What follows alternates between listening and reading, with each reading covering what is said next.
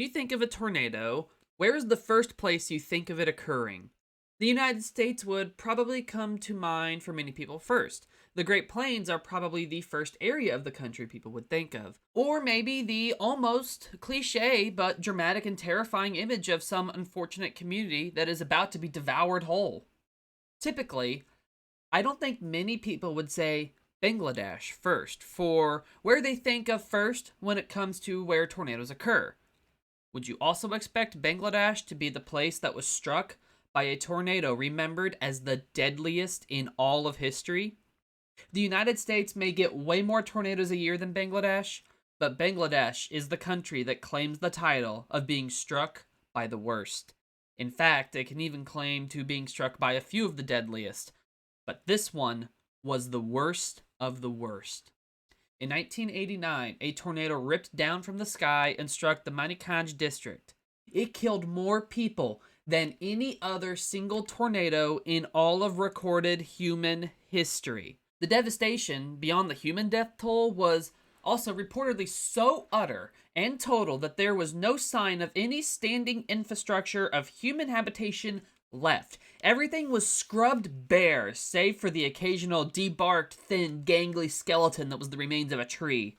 Most buildings in the area were poorly constructed and made out of less than sturdy materials, and these were all just completely leveled, and the only ones that were left in any way were the ones that were made of better and stronger materials, but even these were still leveled. Occasionally there was only a single wall left standing and nothing more.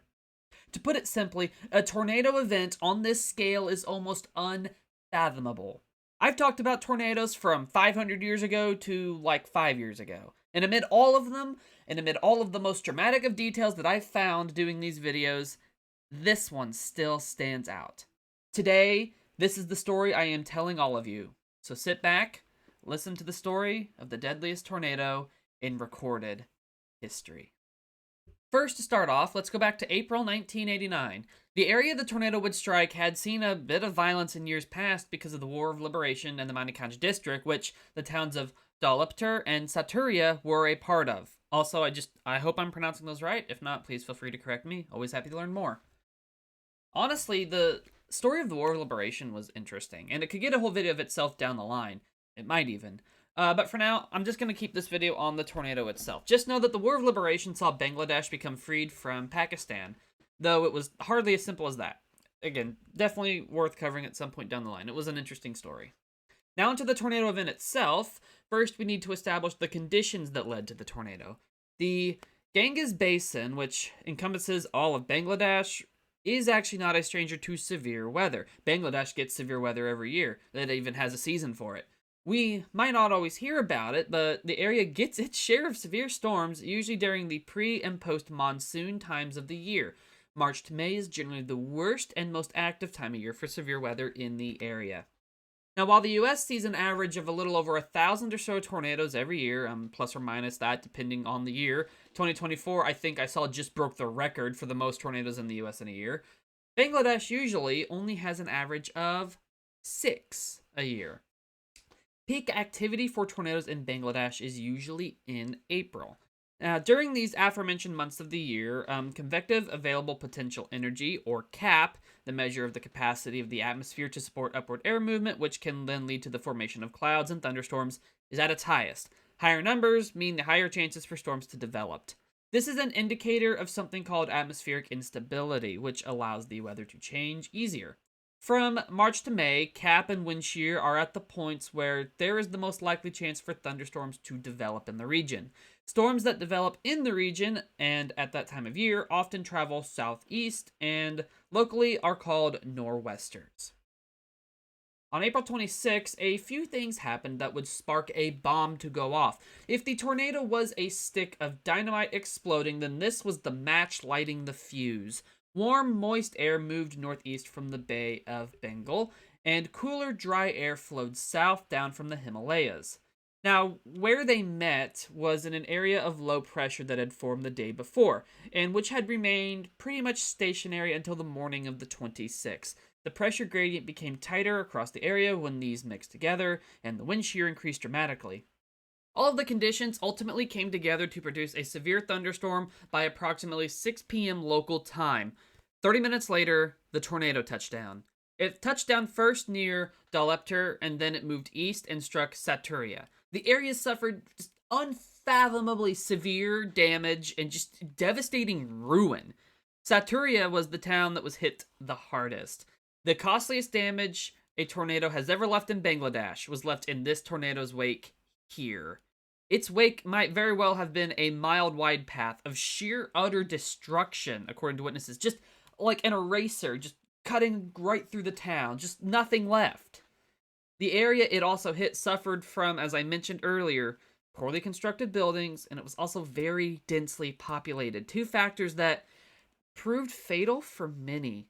By the time it was all done, 80,000 people would be left homeless, and 12,000 were injured. The tornado was very intense, a factor made only worse by the fact that it hit such a densely populated area. Today, the tornado is usually ranked as an F3, sometimes an F4. Again, partially, some people might say, why is it not an F5? Well, again, the buildings that it hit, for the most part, were not constructed very well, so they were destroyed easier.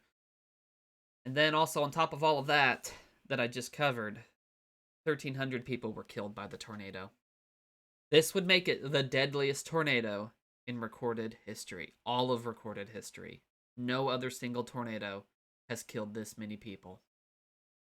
The devastation was so complete that, barring some skeletons of trees and an occasional wall of a more sturdy building, there were no signs of standing infrastructure. Another source that I read, the infrastructure line was from the Bangladesh Overseer.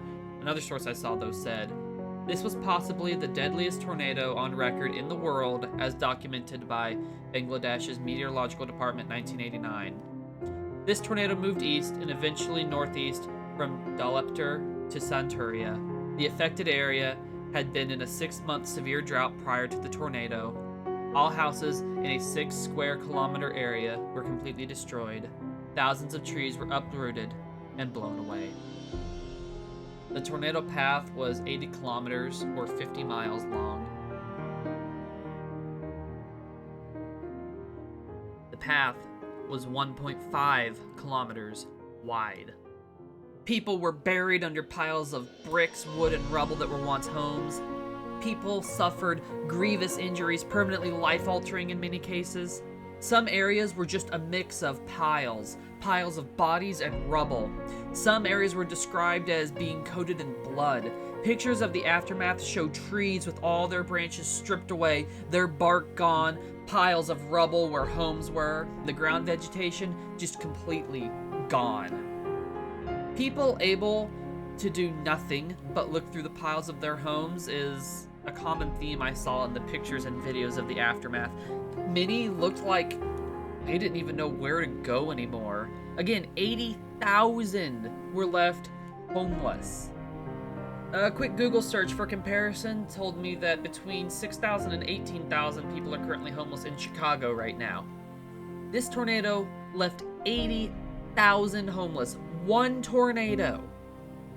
It's hard to fathom a single tornado event on this scale. Some of the video of the aftermath shows metal wrapped around what's left of trees, huge trees completely uprooted, giant piles of things that are all that's left of buildings, huge crowds just wandering around. It looked like an active war zone that had been seeing combat every day for weeks or months on end. That's actually what the aftermath footage of this tornado looks like. It's horrific. On top of all of that, there was nowhere near enough transportation available so people could get injured friends or family to medical treatment centers. There wasn't even enough medical supplies even on hand for those who did get brought in to be addressed properly either, due to just the sheer number of people who were brought in. There just weren't the resources needed to supply an effective response to an incident of this scale. The population of the area hit was so high that there just weren't enough resources in the entire region to address the number of injured. International aid might have arrived, but this seems uncertain at best. I did see an article from the time mention it was coming, but To what scale it did, if it actually did at all, is not clear. One survivor who was given a cup of rice by what aid was offered locally said he didn't even know what to do with it. He had no utensils anymore and no way to cook it. I saw black clouds gathering in the sky. In moments we found we were flying along with the house, another survivor said. This is... I actually had to pause right there just to think about all this for a second. I actually lost my train of thought as all of that was hitting me. So, as I was trying to say, what I just described, that is the most we seem to have about the aftermath information. Information on the aftermath and recovery efforts in Bangladesh are honestly just hard to find. Also, the area had, and even still today, more or less, has no warning system in place. As was mentioned earlier, one factor that also led to such devastation and loss of life was the poor construction for most buildings and infrastructure, and again, the sheer population density of the area. All these factors combined to result just an utterly horrific loss of life that day. It's hard to comprehend that just one tornado did this. Just one. Now, one note to include here at the end is that in 2022, the death count of this tornado was challenged and potentially lowered to just under 300, but that's not been confirmed. I felt it was worth mentioning. However, when I tried to read the actual paper on it to see how they got such a dramatic change in the death count, nowhere that hosted it would actually pull it up for me. So I don't know if it's like been actively disproven at this point or what. I don't know. I don't know how they got that number. I don't know what became of it. I just felt it was worth mentioning. The validity of it, I cannot confirm. And I just don't see what they counted to get this new number, considering there were, there was a count done at the time. But it doesn't seem that the actual 1,300 death toll has been changed. All the other sites and stories I read or watched still said the death toll was 1,300. All the records from then and now still seem to support this, so what made this other paper come to such a low new number, I don't know. I just wanted to make a mention of it, but I'm also not downplaying the sheer severity of this event either by saying, oh, maybe it only killed, 200-ish people. Not even close to doing that. As far as the official numbers still go, and as far as it was said at the time, and as far as history is still concerned, this tornado killed 1,300 people and was the deadliest in recorded history. The aftermath footage and accounts of it are some of the most horrific and devastating and just utterly sad I've ever seen. And unfortunately, the area, had already seen tornadoes of this kind of destruction, not with this death toll, but this kind of destruction, and it likely will again sometime down the line. But today, homes for many are built better, and it sounds like a lot of the populace are better off financially than they were in the 1980s, so there's a chance that the risks might be getting mitigated somewhat when it comes to the human suffering, even just a tiny bit. But in the end, a lot of the problems which led to all this happening still exist. So speaking realistically, unless more changes occur, it's probably only a matter of time before something like this happens again, as horrific as it is to imagine. Unless better infrastructures continue to be put in place, actual warning systems are put in place, it, as far as history shows, is probably only a matter of time, which is just horrific to imagine. I hope I'm wrong. The next tornado video will finally be getting back to the F5s of the 1974 outbreak. I originally wanted to get those covered a lot earlier and closer together, but I want to talk about so many tornado events that I just got distracted, and then last year was not great. But the ones I'll be talking about in the next video on tornadoes will be the double F5 tornadoes that hit Tanner, Alabama in 1974. This poor town got slammed by two different F5s, literally back to back, less than an hour apart from each other. But first, I am going to take a short break from tornadoes and talk about the Santabeku Brown Bear incident and then the sinking of the SS Justica first.